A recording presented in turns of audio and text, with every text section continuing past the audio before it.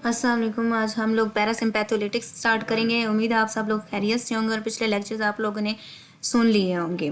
पैरासिम्पैथोमिमेटिक्स के बाद हमारा जो नेक्स्ट टॉपिक है दैट इज़ पैरासिम्पैथोलिटिक्स। पैरासिम्पैथोलिटिक्स भी हमारे पास पैरासिम्पैथोलिटिक्स में हमने पैरासिम्पैथोमिमेटिक्स से ऑपोजिट इफेक्ट्स पढ़ने हैं।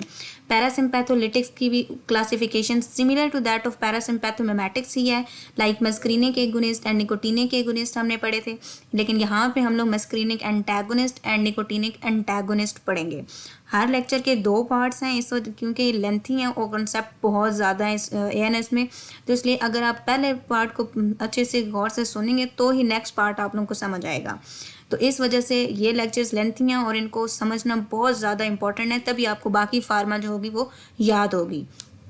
तो हर पॉइंट के ऊपर कंसंट्रेट कीजिए। मेरी स्लाइड्स में अक्सर पॉइंट्स रिपीटेड होते हैं ताकि आप लोगों को चीज़ें जो हैं वो आपको मेमोराइज हो जाएं। इसमें हम लोग पढ़ेंगे एसिटाइल कोलिनेस्ट्रेज रीएक्टिवेटर्स और या रीजनरेटर ड्रग्स। उसमें हमने पढ़े थे acetyl cholinesterase inhibitors like neostigmine and rivastigmine etcetera, carbamates and organophosphates. यहाँ पे हमने एसिटाइल कोलिनेस्ट्रेज को एक्टिवेट कराना है ताकि वो एसिटाइल कोलिन को ब्रेक कर दे और एसिटाइल कोलिन जो है ना एसिकोलिन, यहाँ पर एसिटाइल कोलिन को हमने दोबारा से रीएक्टिवेट कराना है। एसिटाइल कोलिनेस्ट्रेज को रीएक्टिवेट कराना है ताकि एसिटाइल कोलिन को ब्रेक कर सके। एसिटाइल कोलिन मेजर न्यूरोट्रांसमीटर है हमारे पैरासिम्पैथेटिक नर्वस सिस्टम का। तो पैरासिम्पैथोमिमेटिक्स जो होंगे वो एसिटाइल कोलिन के लेवल को इंक्रीज करके इफेक्ट्स आएंगे। पैरासिम्पैथोमिमेटिक ड्रग्स में खुद एसिटाइल कोलिन भी है और Mascarene and pilocarpine, nicotine etcetera भी। तो यहाँ पे हमने क्या करना है, यहाँ पे हमने एंजाइम एसिटाइल कोलिनेस्ट्रेज को एक्टिवेट करा देना है ताकि वो एसिटाइल कोलिन को ब्रेक कर दे और पैरासिम्पैथोमिमेटिक इफेक्ट जो है वो रुक जाए और मज़ीद पैरासिम्पैथेटिक नर्वस सिस्टम स्टिमुलेट ना हो सके। ये वेरी इंपॉर्टेंट डायग्राम है। मैंने आप लोगों को पहले लेक्चर्स में भी समझाई है, एक दफ़ा हम इस डायग्राम को दोबारा से रिव्यू कर लेते हैं। जितनी भी हमारे पास प्री गैंग्लियोनिक पैरासिम्पैथेटिक फाइबर्स होती हैं, प्री गैंग्लियोनिक पैरासिम्पैथेटिक फाइबर्स जितनी भी हैं लॉन्गर होती हैं, ठीक है। Pre ganglionic parasympathetic fibres are longer and post ganglionic parasympathetic fibres are shorter. इसी तरह जो सिंपैथेटिक फाइबर्स हैं ये हमारे पास 3 जो हैं लाइंस या 3 फाइबर्स हमारे पास सिंपैथेटिक फाइबर्स हैं।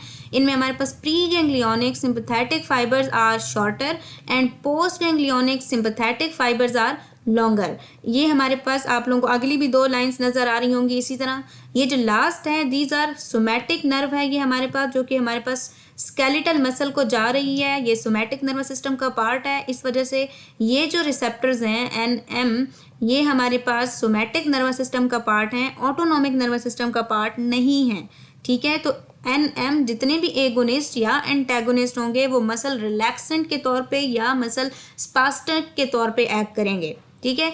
इसके अलावा इस डायग्राम से मैंने आप लोगों को एक बात और भी बताई थी, दैट वाज कि सिंपैथेटिक फाइबर्स जितनी भी हैं सब के सब नॉरएपिनेफ्रिन को रिलीज करती हैं सिवाय 3 जगहों पे, ठीक है। Sympathetic fibres to the sweat gland acetyl choline release करती हैं, हालांकि वो सिंपैथेटिक फाइबर्स हैं। इसी तरह सिंपैथेटिक फाइबर्स जो कि स्केलेटल मसल ब्लड वेसल्स में पाई जाती हैं वो भी हमारे पास एसिटाइल कोलिन को रेस्पॉन्ड करती हैं, वहाँ पर भी नॉरएपिनेफ्रिन रिलीज नहीं होता। और तीसरी जगह जो है वो है रीनल ब्लड वेसल्स जो कि डोपामीन रिलीज करती हैं, ना कि नॉरएपिनेफ्रिन, ठीक है। अब हमारे पास ये जो पॉइंट है एड्रीनल मेडुला वाला, एड्रीनल मेडुला जो है उसके अंदर हमारे पास हमें पता है कि वो रिलीज करता है कैटेकोलामीन्स को, ठीक है। तो उसमें हमारे पास एपिनेफ्रीन और नॉरएपिनेफ्रिन दोनों की दोनों ही रिलीज होंगी। लेकिन एक पॉइंट यहाँ पे और बहुत इंपॉर्टेंट है कि आप लोग ये देख रहे होंगे एसिटाइल कोलिन हमें नज़र आ रहा है हर जगह। जितनी भी प्री गैंग्लियोनिक फाइबर्स हैं, जितनी भी, चाहे वो हमारे पास प्री गैंग्लियोनिक पैरासिम्पैथेटिक हैं चाहे वो हमारे पास प्री गैंग्लियोनिक सिंपैथेटिक है, सब की सब फाइबर्स जो हैं वो हमारे पास एसिटाइल कोलिन रिलीज करती हैं। सो पॉइंट याद रखना है, ऑल प्री गैंग्लियोनिक पैरासिम्पैथेटिक और sympathetic fibres release acetyl choline, ठीक है। ये डायग्राम बहुत इंपॉर्टेंट है, इसको याद रखना है। ठीक है, तो ये डायग्राम अब आप लोगों को समझ आ गई होगी और ये डायग्राम अब भूले ना किसी को, क्योंकि ये बहुत इंपॉर्टेंट है, आगे भी आप लोगों को एएनएस में काम आएगी। नेक्स्ट हम लोग चलते हैं warm water, hot water and cool water, यानी वार्म शावर फिनोमेना गया है। ठीक है, वार्म शावर फिनोमेना वैसे तो इसका हमारा ऑटोनॉमिक नर्वस सिस्टम से कोई रिलेशन नहीं है, लेकिन वैसे ऑटोनॉमिक नर्वस सिस्टम को याद करने के लिए, समझने के लिए एक तरीका है, यानी ऑटोनॉमिक नर्वस सिस्टम काम कैसे करता है। ऑटोनॉमिक नर्वस सिस्टम काम कुछ यूं करता है कि पैरासिम्पथेटिक एंड सिंपथेटिक जो नर्वस सिस्टम है दोनों के दोनों इक्वालिटी में काम करते हैं। ठीक है, कोई एक ज़्यादा होता है तो दूसरा कम हो जाता है। ठीक है, या दोनों जो होते हैं इक्वल क्वांटिटी में काम कर रहे होंगे। जहाँ पैरासिम्पथेटिक डोमिनेंट होगा वहाँ पे सिंपथेटिक डोमिनेंट नहीं होगा, या जहाँ सिंपथेटिक डोमिनेंट होगा वहाँ पे पैरासिम्पथेटिक डोमिनेंट नहीं होगा। तो इस तरह वार्म वाटर का क्या कॉन्सेप्ट बनता है कि फॉर एग्जांपल इन विंटर्स हम लोग यूज़ करते हैं वार्म वाटर, ना ही हम बहुत ज़्यादा हॉट वाटर यूज़ कर पाते हैं, ना ही हम बहुत ज़्यादा कोल्ड वाटर यूज़ कर पाते हैं। ठीक है, बिकॉज दोनों के दोनों से हमें बैड इफेक्ट मिलेगा, तो हम इन दोनों का मिक्सचर यानी वार्म वाटर यूज़ करते हैं। इसी तरह जो हमारा ऑटोनॉमिक नर्वस सिस्टम है वो भी parasympathetic and sympathetic nervous system का मिक्सचर है। ठीक है, तो mixture of parasympathetic and sympathetic fibre is autonomic nervous system और वार्म शावर फिनोमेना। ये हमारे पास हमने क्यों इसको ये ब्लू एंड रेड फॉर्म में दिया है। Classification of parasympathetic autonomic nervous system दो हैं, पैरासिम्पैथोमिमेटिक्स जो हमने पिछले 2 लेक्चर्स में पढ़ा था, एंड पैरासिम्पैथोलिटिक्स जो हमने अभी पढ़ रहे हैं। ठीक है, इसी तरह हमारे पास दूसरी क्लासिफिकेशन है, वो है हमारे पास सिंपथेटिक नर्वस सिस्टम की। सिंपथेटिक नर्वस सिस्टम जो है हमारे पास, उसकी भी हमारे पास 2 क्लासिफिकेशन है, सिम्पैथोमिमेटिक्स एंड सिम्पैथोलिटिक्स। अब यहाँ पे आप लोग गौर करें कि पैरासिम्पैथोलिटिक्स जो हैं और सिम्पैथोमिमेटिक्स ये दोनों रेड में हैं, और पैरासिम्पैथोमिमेटिक्स एंड सिम्पैथोलिटिक्स ये दोनों ब्लू में हैं। मतलब 2 को हमने एक कलर दिया है और 2 को हमने एक कलर दिया है। ठीक है, तो पैरासिम्पैथोमिमेटिक्स जो है हमारे पास, पैरासिम्पैथोमिमेटिक्स जो है हमारे पास, वो हमारे पास क्या है, हमारे पास जो पैरासिम्पैथोमिमेटिक्स हैं उनमें हमारे पास सिम्पैथोलिटिक्स जैसे इफेक्ट्स आएंगे, यानी और पैरासिम्पैथोलिटिक्स में हमारे पास सिम्पैथोमिमेटिक्स वाले इफेक्ट आएंगे। यानी अब हम जो पैरासिम्पैथोलिटिक्स के आगे इफेक्ट पढ़ेंगे ना on different systems of the body, वो सारे के सारे किसकी तरह आएंगे हमारे पास, सिम्पैथोमिमेटिक्स की तरह। तो इस वजह से अगर आप लोग को पैरासिम्पैथोलिटिक्स समझ आ जाता है ना, तो सिम्पैथोमिमेटिक्स समझना इतना मुश्किल नहीं होगा, बिकॉज वहाँ पर सिर्फ आपको कुछ ना कुछ ड्रग्स के नाम याद करने पड़ेंगे, या कुछ थोड़ी बहुत चीज़ें जो होंगी वो डिफरेंट होंगी फ्रॉम पैरासिम्पैथोलिटिक्स। इस वजह से एक एक चीज़ को बहुत गौर से देखना है। ये डायग्राम इंतहाई इंपॉर्टेंट है, ये मैंने आप लोगों को पहले भी समझा। इस डायग्राम को हम एक दफ़ा फिर देखते हैं। ठीक है, हमारे पास जो मेन हमारे पास पॉइंट है ना, वो हमारे पास था कोलिन ट्रांसपोर्टर। ठीक है, ये हमारे पास है rate limiting step of the acetyl choline synthesis. तो ये हमारे पास जो ट्रांसपोर्टर है ये कोलिन को बाहर से ट्रांसपोर्ट कर रहा है इनटू द एक्सॉन। यहाँ एक्सॉन में हमारे पास ये माइटोकॉन्ड्रिया नज़र आ रहे हैं। इन माइटोकॉन्ड्रिया से हम लेते हैं एसिटाइल कोएंजाइम ए, जो कोलिन के साथ मिलके बनाता है एसिटाइल कोलिन। इसके अंदर जो एंजाइम इन्वॉल्व है ना, वो है कोलिन एसिटाइल ट्रांसफरेज। तो हमारे पास ये हमारे हेमिकोलिनियम है, इस ड्रग्स को हम लोग बाद में देखते हैं। तो हमारे पास कोलिन एसिटाइल ट्रांसफरेज एंजाइम थी जिसने एसिटाइल कोएंजाइम ए और कोलिन को कंबाइन करा के एसिटाइल कोलिन को बना दिया। एंजाइम हमारे पास है कोलिन एसिटाइल ट्रांसफरेज। उसके बाद आता है हमारे पास वेजिकल एसिटाइल कोलिन ट्रांसपोर्टर, जिसने एसिटाइल कोलिन को ट्रांसपोर्ट कर देना है इनटू द वेजिकल। ठीक है, तो इनटू द वेजिकल आकर ये इसने स्टोर हो जाना है। उसके बाद क्या होता है, इसकी डोकिंग होती है with the axon nerve terminal, और फिर वहाँ से इसकी होती है रिलीज। कैल्शियम का इन्फ्लक्स होता है into the nerve terminal. Calcium जो होती है नर्व टर्मिनल के अंदर आती है। उसके बाद क्या होता है कि ये हमारे पास वैम्प्स एंड स्नैप्स ये आके मेम्ब्रेन के साथ लगती हैं, जिसकी वजह से ये जो वेजिकल है ये मेम्ब्रेन के साथ आके अटैच हो जाता है, और एटीपी की हेल्प से ये रिलीज हो जाता है acetyl choline into the synaptic cleft. उसके बाद क्या होता है कि एसिटाइल कोलिन आकर अपने रिसेप्टर्स के ऊपर लगती है, अपना काम करती है। जब अपना काम कर लेती है तो उसके बाद इसके साथ 2 काम होते हैं। एक ये होता है कि एसिटाइल कोलिन एस्ट्रेस जो है इसको ब्रेक डाउन कर देती है इनटू कोलिन एंड एसीटेट। दूसरा हमारे पास ये होता है कि एसिटाइल कोलिन जो है वो अपने ही जाकर ऑटो रिसेप्टर्स के ऊपर जाके लगेगी, ये ग्रीन वाले, और ये auto receptors further release of acetyl choline को ब्लॉक कर देंगे।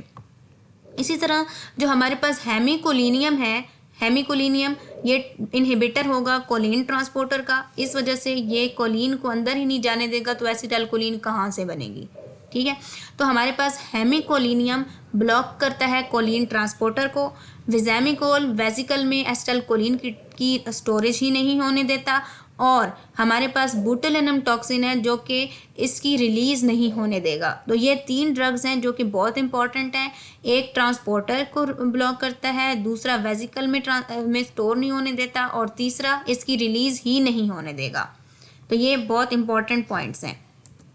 उसके बाद आती हैं क्लासिफिकेशन ऑफ पैरासिम्पैथोलिटिक ड्रग्स। इस जिस तरह पैरासिम्पैथोमिमेटिक्स में हमने पढ़ी थी, इसी तरह पैरासिम्पैथोलिटिक्स में भी है।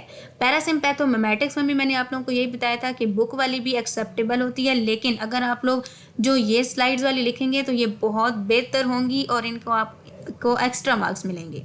हमारे पास इसमें भी 2-3 इसकी क्लासिफिकेशंस हैं। डायरेक्ट एक्टिंग जो कि डायरेक्टली एक्ट करते हैं ऑन द कोलिनोसेप्टर्स, दूसरे होते हैं एसिटाइलकोलिनेस्टरेज रीजनरेटर्स, और तीसरे होते हैं इनडायरेक्ट एक्टिंग। जो डायरेक्ट एक्टिंग होते हैं वो एंटी मस्क्रीनिक और एंटी निकोटिनिक होते हैं, बिकॉज यही 2 मस्क्रीनिक और निकोटिनिक ही हमारे पास मेजर रिसेप्टर्स हैं in the parasympathetic nervous system. दूसरे हमारे पास होते हैं एसिटाइलकोलिनेस्टरेज रीजनरेटर्स, इनमें हमारे पास प्रेलिडोक्साइम एंड डैम है, और ये दोनों हमने प्रेलिडोक्साइम हमने कहाँ पढ़ा है, ऑर्गेनोफॉस्फेट पॉइजनिंग की ट्रीटमेंट में और मैनेजमेंट में। इनडायरेक्ट एक्टिंग हमारे पास 3 हैं, block of choline transporter, block of vesicular transport of acetylcholine and block of acetylcholine release. ये तीनों पॉइंट्स मैंने आप लोगों को पिछली डायग्राम में दिखाए हैं। इसका था हमारे पास हेमिकोलिनियम, ब्लॉक ऑफ वेसिकल में हमारे पास विज़ैमिकोल, और ब्लॉक ऑफ एसिटाइलकोलिन रिलीज वो हमारे पास होगा बोtulinum टॉक्सिन। तो ये हमारे पास बहुत इंपॉर्टेंट है। एक दफ़ा मैं दिखा देती हूँ, ये हमारे पास क्या कर रहा है, ये हमारे पास ट्रांसपोर्टर को ब्लॉक कर रहा है, ये वेसिकल में नहीं जाने देगा, और ये हमारे पास रिलीज नहीं होने देगा। ये हमारे पास है डायरेक्ट एक्टिंग जो कि हमारे पास मस्कुलिनोसेप्टर्स के ऊपर एक्ट करेंगे। हमारे पास anti muscarinic and anti nicotinic वगैरह आएंगे। एंटी मस्क्रीनिक में हमारे पास 2 क्लासिफिकेशंस हैं, non selective and selective. Non selective में हमारे पास कौन से आएंगे, एट्रोपिन, होमएट्रोपिन, टायोट्रोपियम, ऑक्सीट्रोपियम, प्रोपेंथिलीन, बेंस्ट्रोपिन, मतलब इसमें से आप लोग को जितने याद होते हैं उतने आप लोग याद करने, ज़रूरी नहीं कि सारे याद करने हैं, लेकिन इसमें से जो है ना, इस नॉन सेलेक्टिव में से क्विजेज वगैरह बनाए जाते हैं। उसके बाद आते हैं M1 सिलेक्टिव। अब तक जो मस्क्रीनिक एंटागोनिस्ट जो डिस्कवर हुए हैं वो M1 और M3 सिलेक्टिव ही डिस्कवर हुए हैं, और ये भी कम्प्लीटली सिलेक्टिव नहीं है। M1 सिलेक्टिव में हमारे पास आते हैं पायरेंजीपिन एंड टिलेंजीपिन, और M3 सिलेक्टिव में हमारे पास आते हैं टोलटेरोडीन, फीसोटेरोडीन, डेरिफेनासिन, सोलिफेनासिन एक्सेट्रा। सही है, तो ये हमारे पास आएंगे M3 सिलेक्टिव में। ये हमारे पास आती है एंटी निकोटिनिक की क्लासिफिकेशन। एंटी निकोटिनिक 2 तरह के होते हैं, NN blocker and NM blocker. NN हमारे पास वो होते हैं जो गैंग्लिया के ऊपर एक्ट करते हैं, और NM जो होते हैं वो हमारे पास सोमैटिक मसल्स के ऊपर एक्ट करेंगे। NN की जो हमारे पास फर्दर क्लासिफिकेशन है that is depolarising and non depolarizing. Depolarising means कि इन्होंने क्या करना है, इन्होंने गैंग्लिया को स्टिमुलेट कराना है, एन रिसेप्टर्स को स्टिमुलेट करवा कर उनको एक इस हद तक लेके जाना है कि वो ब्लॉक हो जाए, यानी फर्दर रिस्पॉन्ड ना कर सकें टू द एगोनिस्ट। सेकेंड हमारे पास होते हैं हमारे पास नॉन डीपोलराइजिंग, जिन्होंने क्या करना है, जिन्होंने जाके एन रिसेप्टर के ऊपर जाके बैठ जाना है और आगे उसमें से किसी भी इम्पल्स को पास नहीं होने देना। एंड नॉन डिपोलराइजिंग में हमारे पास 2 आ जाते हैं, competitive antagonist and non competitive antagonist. तो कम्पिटिटिव एंटागोनिस्ट और नॉन कम्पिटिटिव एंटागोनिस्ट की ये बहुत इंपॉर्टेंट है, यहाँ पे याद रख लें। जिस दफ़ा पेपर आया है 2020 का, उसमें भी कम्पिटिटिव और नॉन कम्पिटिटिव के दरमियान डिफरेंस आया था और एग्जाम्पल्स लिखनी थी। तो अच्छे जो बंदे होते हैं ना, जिनका अच्छा खासा जिनकी तैयारी हो, वो भी पेपर में भूल जाते हैं अक्सर कि हम कौन सी एग्जाम्पल्स लिखें। तो जितनी आप लोगों को ज़्यादा एग्जाम्पल्स याद होंगी उतना आप लोगों के लिए अच्छा है, और उतना ही आप लोग ज़्यादा से ज़्यादा एग्जाम्पल्स होंगे, वहाँ पे चांसेस कम हो जाएंगे बोलने के। तो ये भी याद रखने हैं। Mecamylamine, trimethaphan are competitive antagonist and hexamethonium is non competitive antagonist. NM blocker में भी हमारे पास दो क्लासिफिकेशन आती हैं, depolarizing and non depolarizing. Depolarizing में क्या करना है, रिसेप्टर को स्टिमुलेट करना है, इस हद तक स्टिमुलेट करना है कि वो फर्दर जो है वो रिस्पॉन्ड ना कर सके टू द इम्पल्स। उसमें हमारे पास आएंगे succinyl choline, these are actually agonist of NM receptors. Non depolarising में हमारे पास आते हैं short acting and long acting. Short acting में हमारे पास आते हैं मीवाक्यूरियम एंड लॉन्ग एक्टिंग में हमारे पास कई सारे हैं, टूवोक्रारीन, एट्राकीरियम, सिस एट्राकीरियम, पैनक्यूरोनियम, वीक्यूरोनियम एक्सेट्रा। अब एनएम ब्लॉकर्स के बारे में बात एक मैंने पीछे बताई है कि एनएम जो रिसेप्टर्स हैं ये हमारे पास सोमैटिक नर्वस सिस्टम का पार्ट है, इस वजह से इनको हम ऑटोनोमिक नर्वस सिस्टम का पार्ट नहीं लेते। इस वजह से ये जो ड्रग्स हैं ये पैरासिम्पैथोलिटिक्स की क्लासिफिकेशन में भी नहीं आते। ये सारे के सारे ड्रग्स जो हैं ये स्पाज्मोलिटिक्स हैं और ये मसल रिलैक्सेशन के तौर पर हम इन्हें यूज़ करते हैं। आगे आते हैं हमारे पास दूसरी क्लासिफिकेशन दैट इज पैरासिम्पैथोलिटिक्स की, एसिटाइलकोलिनेस्ट्रेज रीजनरेटर्स यानी ऑक्साइम्स।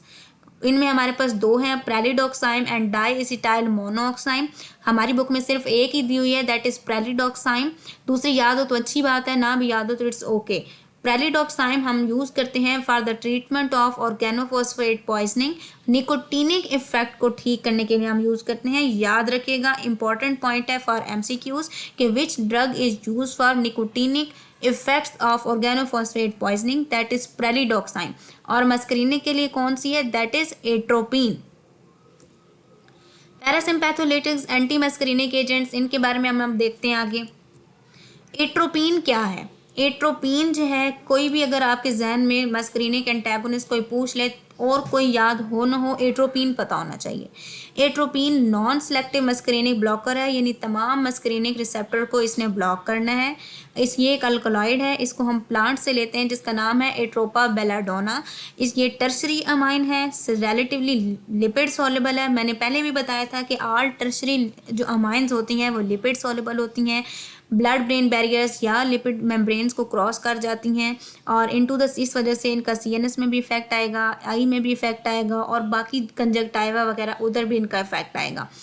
मेजरली इसका जो एलिमिनेशन है वो होती है फ्रॉम द लिवर, लेकिन कुछ जो होते हैं ये यूरिन के थ्रू भी रिमूव होती है from the body in unchanged form. Half life 2 hours है, लेकिन बॉडी में एक्ट इसका duration of action 4 to 8 hours है आई के अलावा।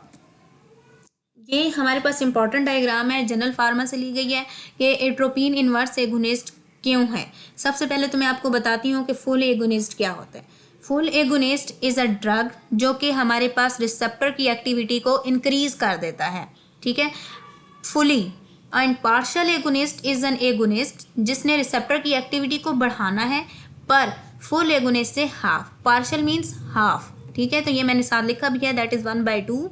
इसके अलावा मैंने यहाँ पे एंटागोनिस्ट क्या होते हैं, एंटागोनिस्ट ना ही रिसेप्टर की एक्टिविटी को कम करते हैं ना ही ज़्यादा करते हैं, इन्होंने सिर्फ रिसेप्टर की एक्टिविटी को स्टॉप कर देना है। इनवर्स एगोनिस्ट ने क्या करना है, इनवर्स एगोनिस्ट ने रिसेप्टर की एक्टिविटी को कम कर देना है। किससे कम कर देना है, दैट इज़ कॉन्स्टिट्यूटिव एक्टिविटी। जितने भी हमारी बॉडी में रिसेप्टर्स हैं सब की एक न एक कॉन्स्टिट्यूटिव एक्टिविटी होती है।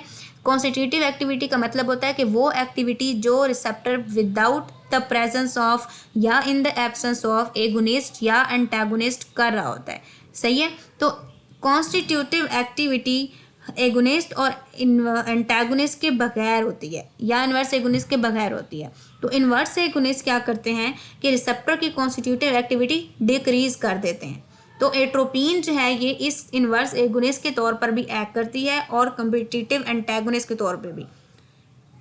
ये मैंने आप लोगों को सारा बता दिया। दोबारा इस पैराग्राफ में दोबारा से वही मस्करीनिक एंटागोनिस्ट के नाम लिखे हुए हैं, वो आप लोग वहीं से याद कर लें जो मैंने पीछे आप लोगों को क्लासिफिकेशन पढ़ाई है, बहुत इंपॉर्टेंट है। डीबुकेन नंबर हम यहाँ पे नहीं पढ़ेंगे, हम स्केलेटल मसल रिलैक्सेंट्स में पढ़ेंगे, लेकिन फिर भी मैं थोड़ा सा इसके बारे में बता देती हूँ। डीबुकेन नंबर इज़ अ नंबर जिससे हम लोग एक्टिविटी ऑफ सक्सिनाइल कोलिन देखते हैं विद इन द बॉडी। तो सक्सिनाइल कोलिन जो है उसकी एक्टिविटी को मेजर करने के लिए हम डीबुकेन नंबर यूज़ करते हैं। एट्रोपिन का मैकेनिज्म ऑफ एक्शन क्या है? एट्रोपिन जो है वो हमारे पास क्या करती है, कम्पिटिटिव एंटेगोनिस्ट के तौर पर भी एक्ट करती है। ये कम्पीट करती है विद एसिटाइल कोलिन।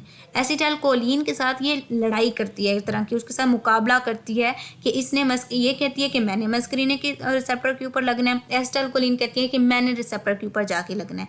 तो एट्रोपिन अगर जीत जाती है तो हम कहते हैं कि एट्रोपिन जो है वो एक कम्पिटिटिव एंटेगोनिस्ट है मस्करीनिक रिसेप्टर का। क्यों? क्योंकि ये लड़ाई कर रही है, कम्पीट कर रही है विद एसिटाइल कोलिन।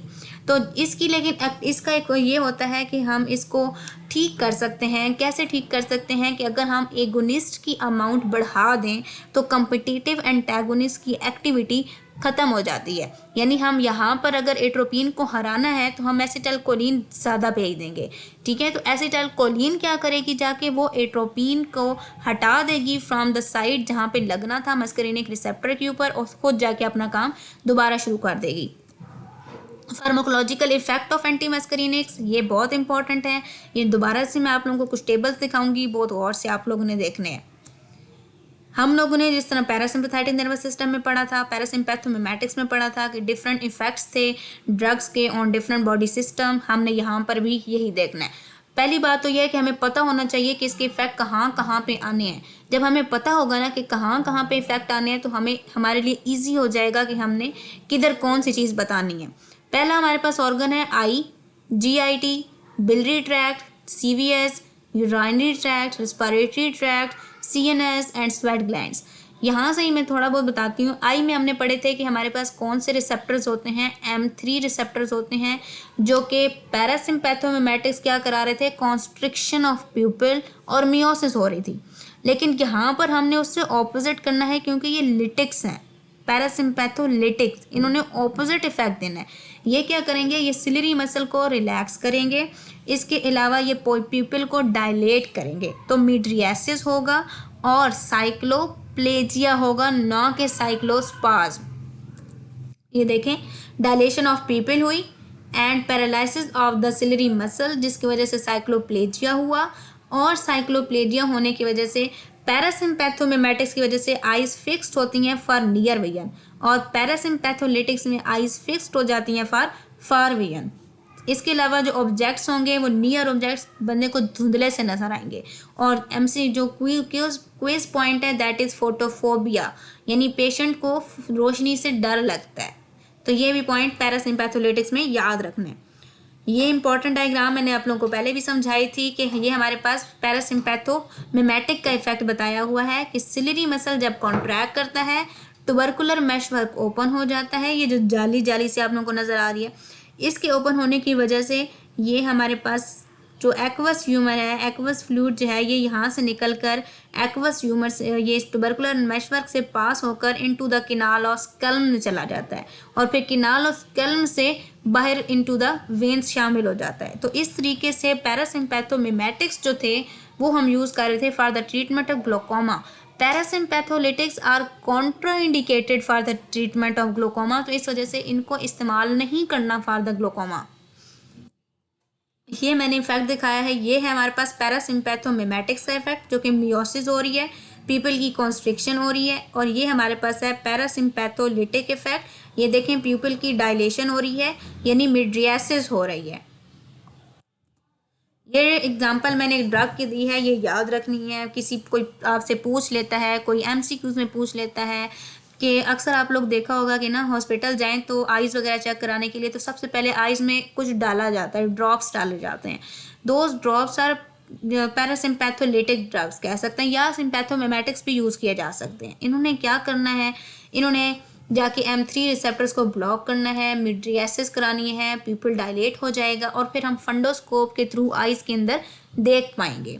सही है, तो ये बहुत इंपॉर्टेंट है, इसको याद रख लेना इस डायग्राम से कि ट्रोपिकामाइड आर मस्करीनिक एंटेगोनिस्ट जो कि हम यूज़ करते हैं in the hospital for dilation of people eyes के चेकअप के लिए। ये हमारे पास है duration of action of anti muscarinic on eye. ये हमारे पास मिनी कैटजंग में डिफरेंट है और बिग कैटजंग में डिफरेंट है। तो आप लोगों ने जो याद करने हैं ना वो बिग कैटजंग के करने हैं, और ये बिग कैटजंग के ही हैं। तो ये वाले जो हैं इनका different duration of action in the different eyes के अंदर डिफरेंट ड्रग्स का वो बहुत इंपॉर्टेंट है, like atropine 5 to 6 days, scopolamine 3 to 7 days, home atropine 12 to 24 hours, cyclopentolate 3 to 6 hours, and tropicamide 15 to 60 minutes। ये इंपॉर्टेंट है, ये एमसीक्यूज में बार बार पूछते हैं क्विजेज वगैरह में। ऑटोनोमिक रिसेप्टर्स इन हार्ट, ये मैंने पहले भी बताया है, हम दोबारा देखेंगे। और सिंपैथेटिक जो हमारे पास रिसेप्टर्स हैं that are beta 1 and beta 2, and parasympathetic receptors are M2 and 4। मैंने बताए थे आप लोगों को कि मस्करीने के टोटल 5 रिसेप्टर्स हैं, 1 2 3 4 एंड 5। 1 3 5 जो हैं ये एक्साइटेटरी हैं, GQ कपल्ड हैं, और M2 और 4 इनहिबिटरी हैं, और इन्होंने हर चीज़ कम करनी है, ये GI कपल्ड हैं। सही है।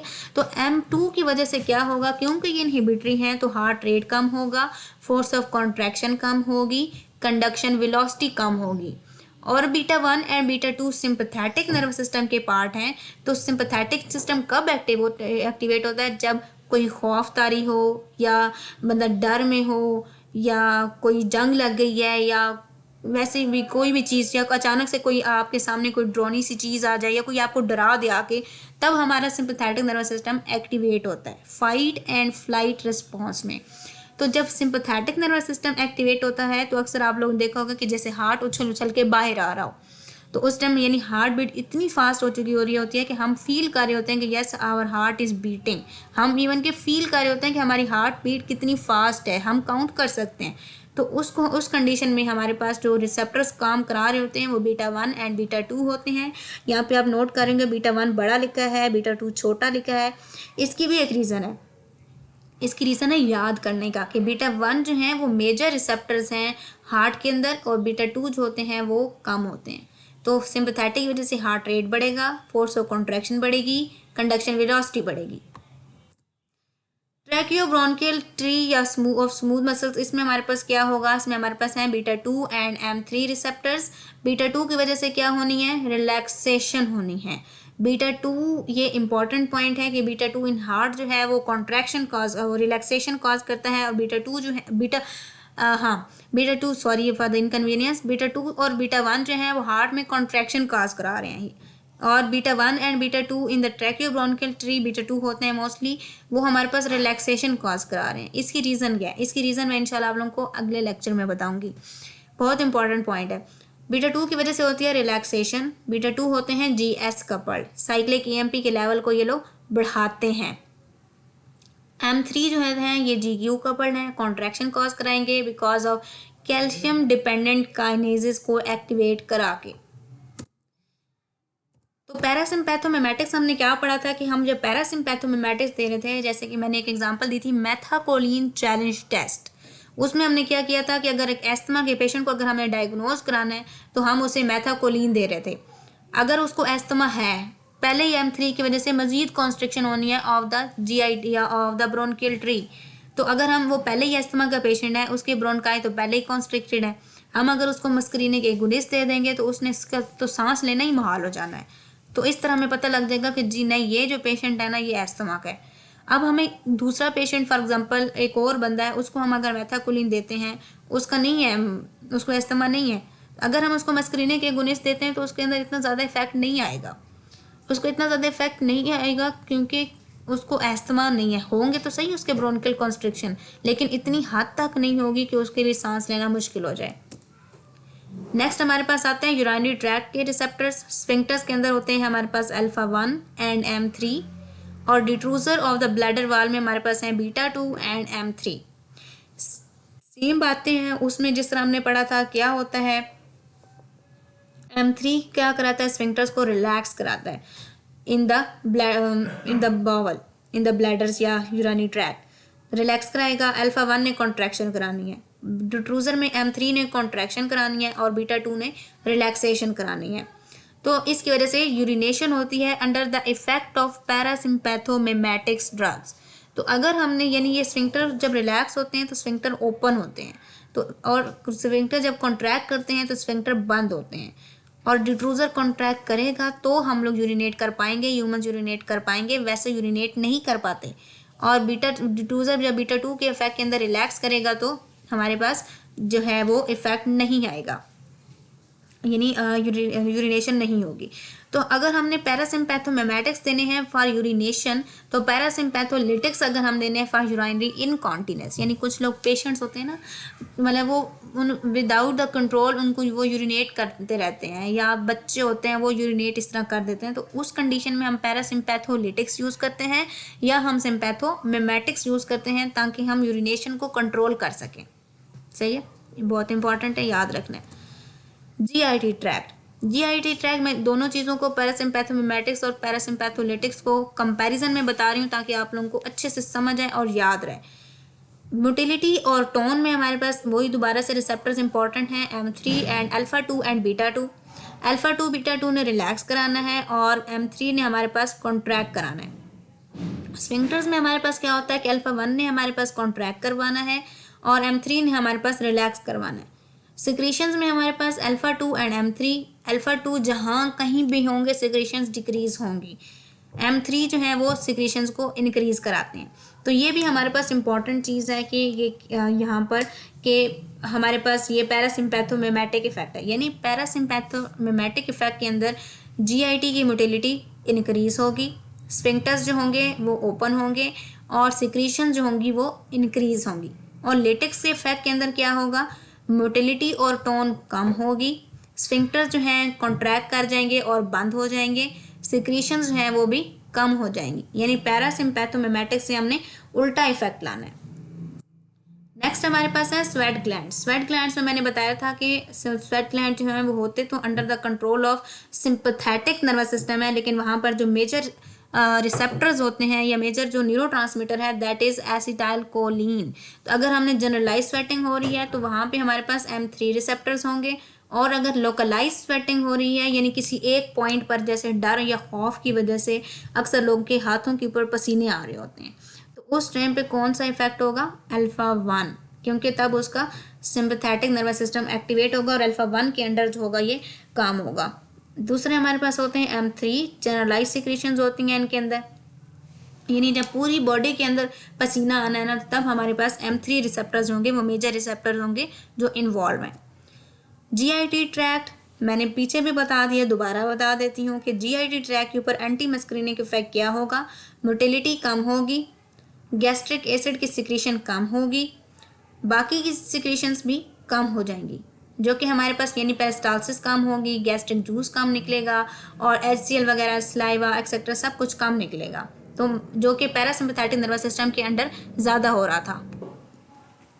नेक्स्ट हम लोग चलते हैं जीआईटी मोटिलिटी, जो कि मैंने पहले भी बता दिया, दोबारा मैंने इसको पॉइंट्स के फॉर्म में लिखा ताकि याद करना आसान हो कि जीआईटी मोटिलिटी कम होगी, पेरिस्टाल्सिस कम हो जाएंगी, इसी तरह जीआईटी की सिक्रीशंस कम हो जाएंगी, एसिड कम निकलेगा, सलाइवा कम निकलेगा, गैस्ट्रिक जूस वगैरह कम निकलेगा। अदर सिक्रीशन यानी सलिवेशन कम होगी, जब सलिवेशन कम हो जाएगी तो मुंह सूख जाएगा, ड्राई हो जाएगा। जब मुंह सूख जाता है, फॉर एग्जांपल जब बंदा काफ़ी टाइम तक पानी नहीं पीता तो अक्सर जो होता है मुंह ड्राई हो जाता है, आपका जो माउथ होता है वो बिल्कुल सूख जाता है, जिसकी वजह से आपके लिए अक्सर जो है ना वो बोलना आपसे बोला तक नहीं जा रहा होता, बोले भी सही तो आवाज़ चेंज होती है, इसी तरह कुछ ना कुछ निगलना मुश्किल हो जाता है। इसी तरह जीआईटी के जो सिक्रीशंस हैं, प्रोटीलिटिक एंजाइम्स हैं, ये भी कम हो जाएंगी। बिलरी ट्रैक्ट, बिलरी ट्रैक्ट में एट्रोपिन का जो है ना वो एंटी स्पाज्मोडिक इफेक्ट है, यानी बिलरी ट्रैक्ट के जो मसल्स हैं उनको रिलैक्स करवाता है एट्रोपिन, लेकिन ये जो इफेक्ट है ये इतना कोई ख़ास इफेक्ट नहीं है कि ये जो बहुत सीवियर किस्म के स्पाज्म को रिलीव कर सके, जो ओपियाइड्स कराते हैं। ओपियाइड्स जो होते हैं वो म्यू रिसेप्टर्स को एक्टिवेट करवा कर कॉन्ट्रैक्ट करवा देते हैं या स्पाज्म करवा देते हैं बिलरी ट्रैक्ट का, तो इस वजह से ओपियाइड्स इंड्यूस स्पाज्म को रिलीव करने के लिए एट्रोपिन बेहतर है, पर इतना अच्छा नहीं है। नाइट्रेट्स जो होते हैं वो बेहतर होते हैं एट्रोपिन से for the treatment of biliary spasm.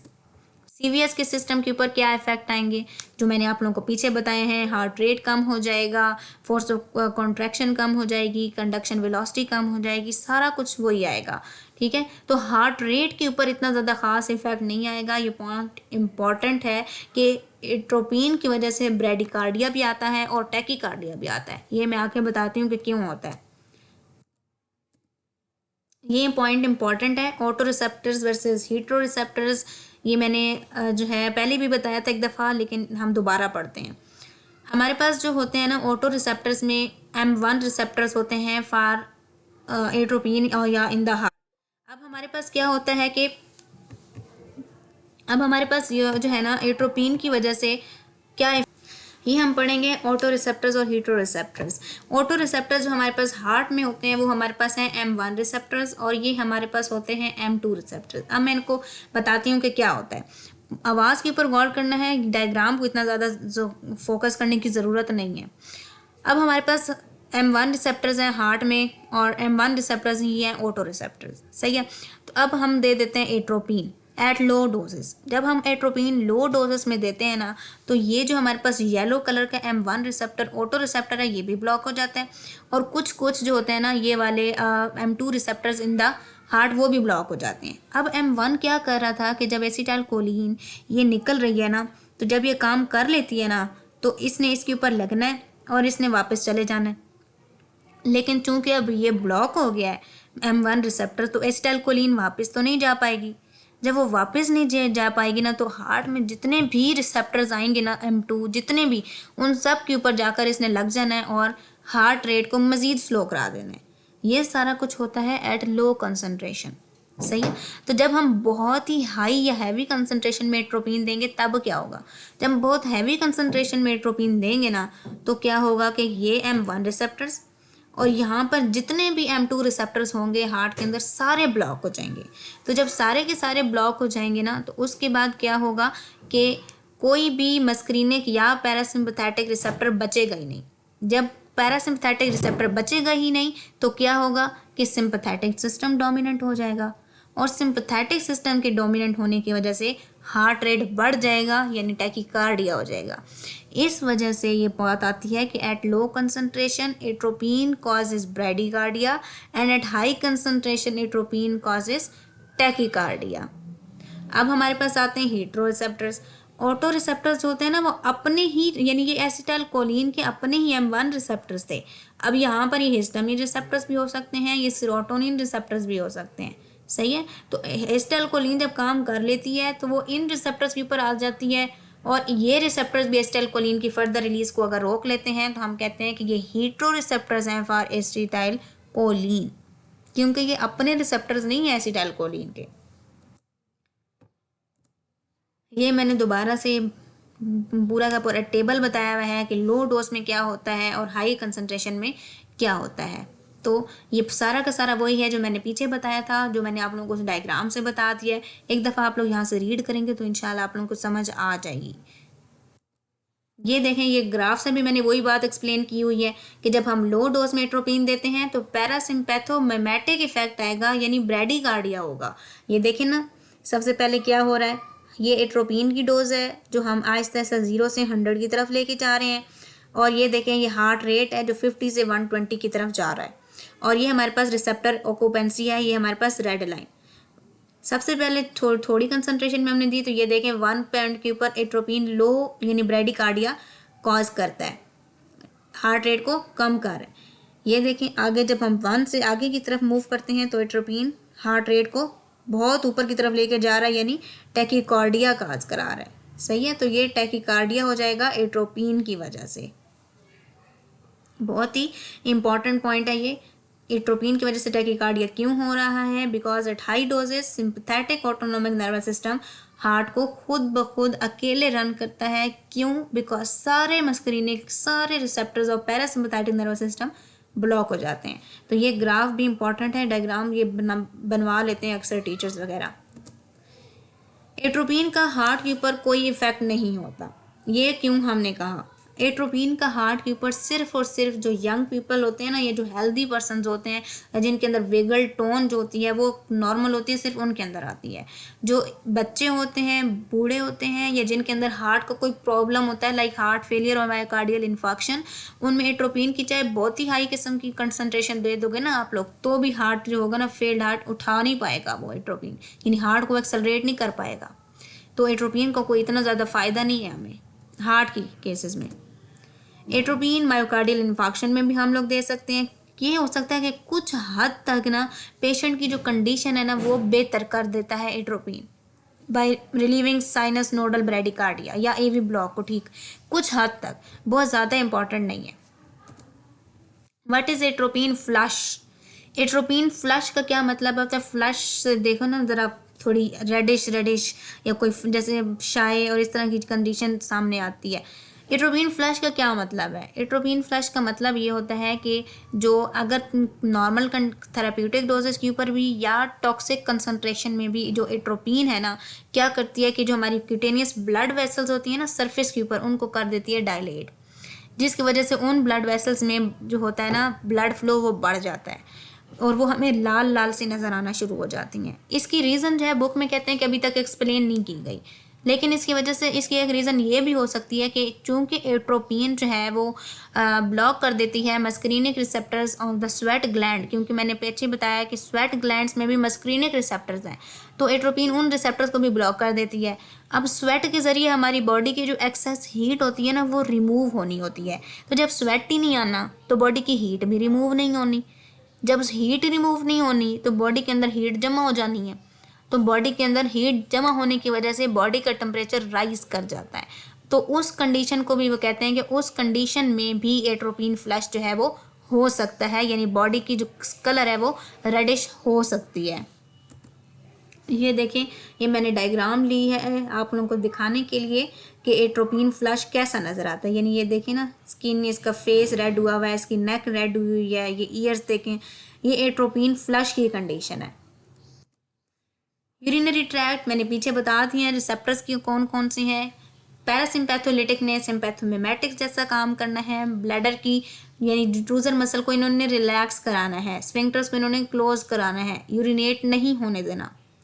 Respiratory tract ट्रैक्यूब्रोंकियल tree में इन्होंने क्या करना है, इन्होंने डायलेशन ऑफ ब्रोनकाई करानी है, क्योंकि पैरासिम्पैथोमिमेटिक्स जो थे वो ब्रोनको कंस्ट्रिक्शन कॉज करा रहे थे, तो इन्होंने क्या करानी है, ब्रोनको डायलेशन।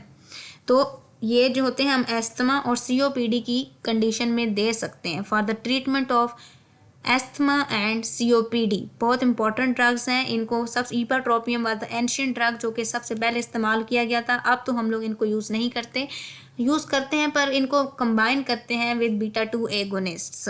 तो ये देखें, मैंने कहा है कि एलर्जी में यूज़ करते हैं, ब्लॉक ऑफ पैरासिम्पैथेटिक टोन करते हैं ये ड्रग, म्यूकस की सिक्रीशन को कम करते हैं और ब्रोंकोडाइलेशन कॉज करते हैं। ईपाट्रोपियम, टायोट्रोपियम, ऑक्सीट्रोपियम, एक्लिडीनियम एंड यूमिक्लिडीनियम ब्रोमाइड, ये सारे के सारे वैसे ब्रोमाइड की फॉर्म में आते हैं। मैंने आगे एक डायग्राम पिक्चर लिया है मेडिसिन की, वो ईपाट्रोपियम ब्रोमाइड है। ये देखें, ये अस्थमा की एक पेशेंट हैं जो कफिंग कर रही हैं, लंग्स कंजेस्टेड हो रहे हैं, तो इसके ट्रीटमेंट में मैंने क्या दिया, ईपाट्रोपियम जो कि नॉन सेलेक्टिव मस्करीनिक एगोनिस्ट, मस्करीनिक एंटागोनिस्ट है, और एल्बिट्रोल इट इज़ बीटा 2 एगोनिस्ट।